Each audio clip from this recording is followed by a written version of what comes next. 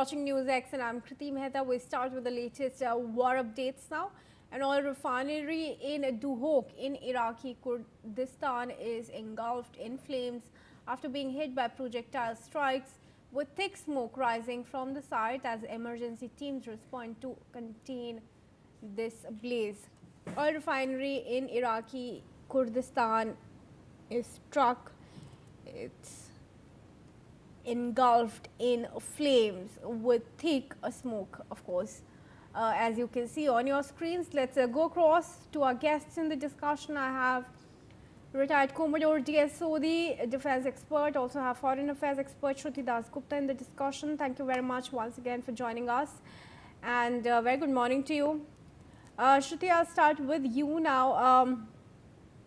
The damage that's being reported at oil refineries in different parts of the world, in countries in the Gulf, Iran, how big is this damage going to be, and how long is it going to take for these structures, infrastructure to be reconstructed?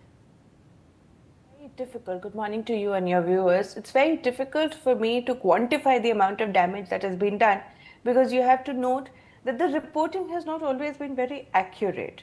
So we are also dependent on sources that are coming, that the government is allowing to go out. But we can make an assessment by what Qatar turned around and said, that they said that it took them about 20 billion to make their those particular refineries, and it'll take them 26 billion to make it again in the next 5 years. So I think if from that particular assessment we go forward, we know that there were at least 2 data centers also attacked.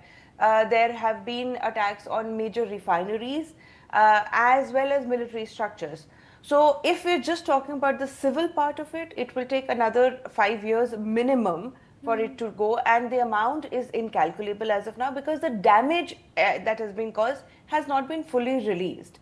Okay. In terms of military infrastructure, also we are looking at damages close to an incalculable amount, much more than what the military, the civil amount has been, because those centers were the major part of it. Specifically in Kuwait, Bahrain, these areas have taken major hits.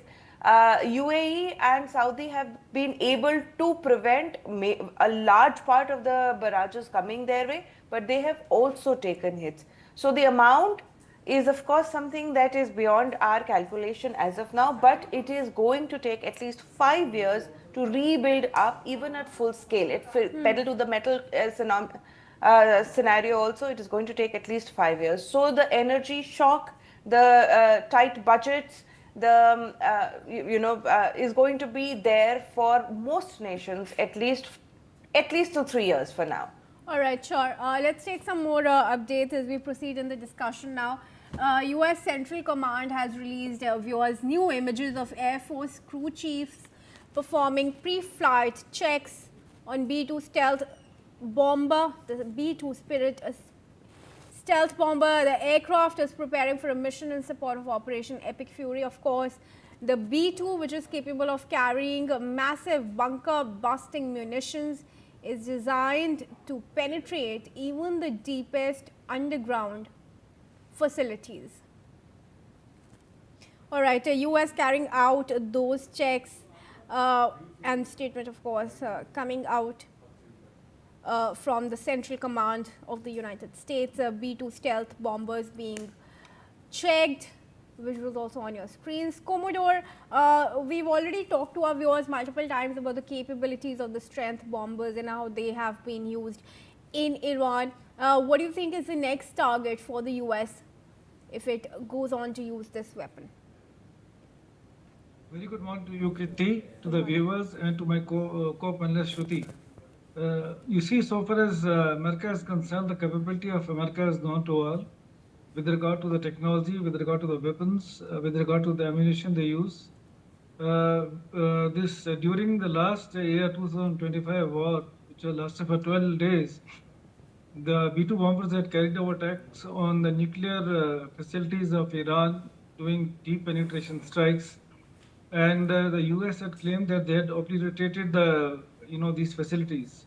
The same statement has been made by the US President yesterday again, that they caused a very heavy damage, not even heavy damage, but they almost, finished those facilities.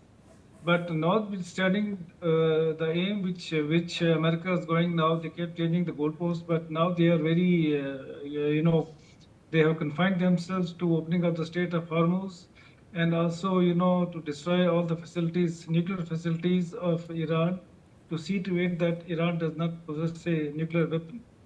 The use of weapons, yes, America is going to carry out attacks with all types of ammunition they have got, even the mother of all bombs if required.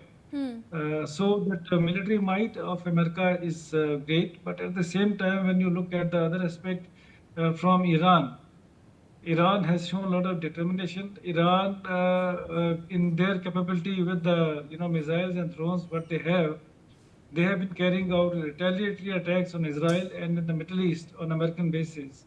And Iran has made a very simple plan. They say that if they are hit, if their power plants are hit, they will hit the power plants in Middle East.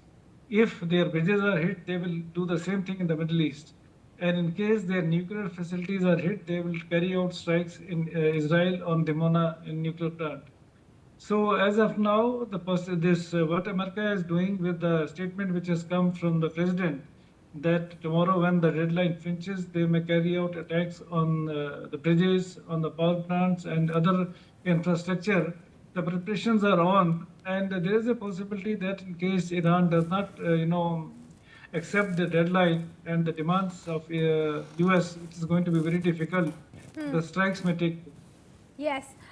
Trump is, of course, saying that power plants of Iran will be struck and all capabilities will be completely obliterated.